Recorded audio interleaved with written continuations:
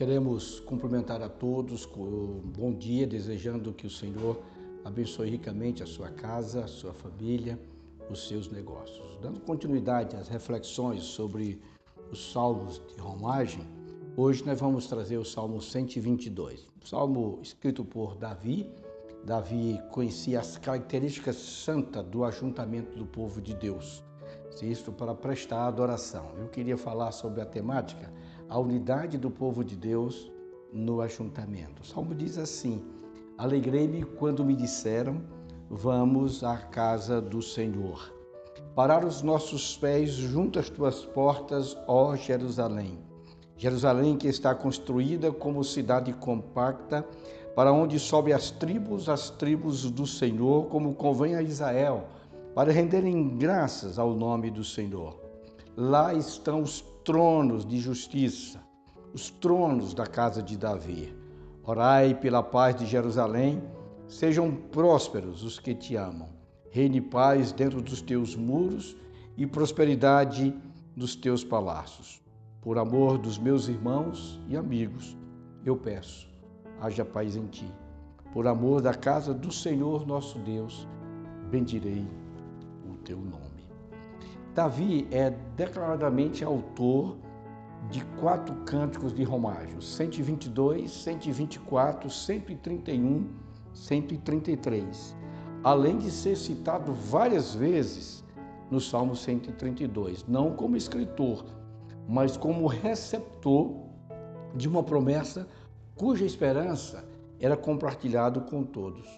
O Salmo 122, escrito depois da unificação do reino de Davi, isso aconteceu em 1104 a.C., também depois da tomada de Jerusalém para servir como sede do governo nacional, e da construção de um tabernáculo para receber a arca trazida da casa de Aminadab, que foi levada por Davi com grande festa, um ajuntamento oficial, uma festa religiosa em obediência e adoração a Deus. Pela posição em que o salmo foi disposto no saltério, os estudiosos supõem que ele fosse cantado quando os peregrinos, depois da sua jornada, chegavam à cidade santa em meio à alegria, não apenas de ter completado a viagem, mas de estar diante da casa do Senhor, o local que marcava a presença de Deus, do Deus de Israel, do Deus criador de todas as coisas. Este ajuntamento é extremamente esclarecido por Davi. E aí eu chamo a atenção para a leitura do Salmo, e aí você pode abrir a sua Bíblia e acompanhar comigo. Veja os versículos 1 e 2. O rei, ao promover o culto bíblico em Jerusalém, por meio da construção do tabernáculo, no qual colocou a Arca da Aliança, se alegrou ao ponto de liderar a comitiva que conduzia a arca para a cidade santa. Davi, diz o texto de 2 Samuel, dançava com todas as suas forças. Todos os habitantes de Jerusalém observavam aquilo e admirava. Ele estava vestido de uma estola sacerdotal de linho, e todo Israel em festa. Por isso, o salmista diz assim: alegrei-me quando me disseram, vamos à casa do Senhor. Podia dizer assim: eu me alegrei quando me disseram, nós iremos à casa do Senhor. O segundo fator interessante é o benefício desse ajuntamento. Você pode ver isso nos versículos 3 e 5. O versículo 3, num certo sentido, é difícil a sua compreensão. O que é que o salmista quer dizer? Jerusalém, que está construída como cidade compacta. Construída como uma cidade que vive de uma maneira estreita, unida, apertada. O próximo versículo é muito difícil de ser entendido. Como entender isso? Compacta, cidade estreita. Inegavelmente, esse poder, essa menção da arquitetura da cidade, o que podia apertar a cidade seria os terrenos, os diversos montes, mas a cidade estava geograficamente construída assim, as casas próximas uma das outras, junto ao muro. Contudo, não parece se referir à questão da arquitetura, mas à sua função de unir as tribos de Israel. Jerusalém, que está construída como cidade compacta, versículo 4, para onde sobe as 12 tribos do Senhor, as 12 tribos de Israel, com a finalidade de render graças ao Senhor. Era para ali que as tribos subiam, as tribos do Senhor, segundo a norma de Israel, a fim de celebrar o nome do Senhor. Desse modo, a reunião pública nas festas beneficiava também com uma estreita união política, social e fraternal.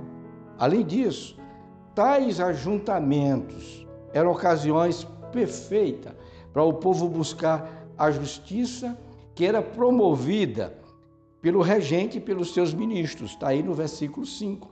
Lá estão os tronos de justiça, os tronos da casa de Davi. Um terceiro fator que nós podemos ver aqui nessa unidade desse ajuntamento, e uma pergunta seria: qual a necessidade disso? As festas israelitas, que traziam tanta alegria do povo ao culto a Deus, tinha como objetivo era o seu brilho de glorificar a Deus, de mostrar que Deus estava cumprindo as suas promessas. O reinado de Davi viu exatamente isso. O reinado de Davi viu o desequilíbrio da ordem política e social. Por isso, o rei se dirige aos israelitas que proclamam orar pela cidade, por algo que era realmente necessário. Veja o versículo 6. Orai pela paz de Jerusalém.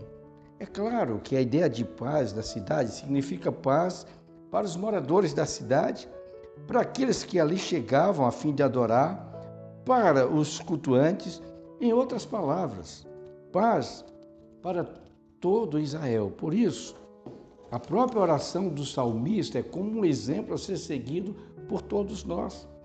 O apóstolo Paulo, escrevendo a sua carta a Timóteo, nos orienta para que possamos orar pelos nossos governantes e por todos aqueles que se acham investidos de autoridade, para que possamos ter paz. E aí o salmista diz assim, a parte B do versículo, que tenham paz aqueles que te amam. Em outras palavras, a paz de Jerusalém representava a paz produzida para toda a nação. Que motivo melhor do que esse para fazer os benefícios dessa adoração?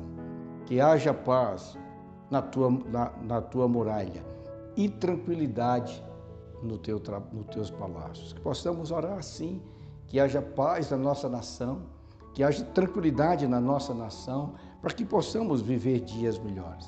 E, finalmente, o versículo 8 e 9 diz assim: por amor dos meus irmãos e amigos eu peço, haja paz em ti. Por causa da casa do Senhor nosso Deus, buscarei o teu bem. Se alguém perguntasse por que deveria fazer isso, Davi tinha uma resposta: por amor. Por amor aos meus irmãos, por amor dos meus amigos, por amor a essa cidade, que haja paz em ti. Interessante que o pronome ti nesse texto se refere a Jerusalém, de modo que o salmista, mais uma vez, dá importância fundamental na paz da cidade, no ajuntamento santo, para que seus irmãos e amigos fossem também abençoados. Somos chamados, meus irmãos, nós somos chamados para que eu e você sejam um canal de paz no mundo em que nós estamos. Jesus disse assim: enquanto depender de vós, tende paz com todos os homens. Quero convidar você a voltar à casa do Senhor, voltar com alegria. Alegrei-me quando me disseram: vamos à casa do Senhor. Que Deus nos abençoe. Amém.